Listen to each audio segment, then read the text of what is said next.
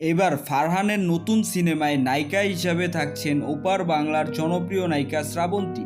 এবার বিষয়টি জানালেন পরিচালক নিজেই।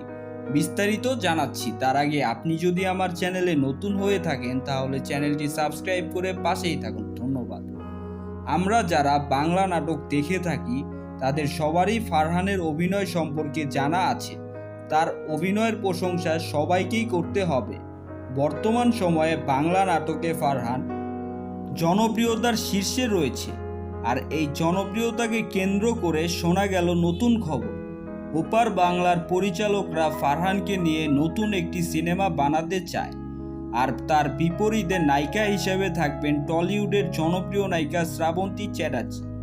বর্তমানে টলিউড সিনেমা ইন্ডাস্ট্রি তেমন একটা ভালো যাচ্ছে না।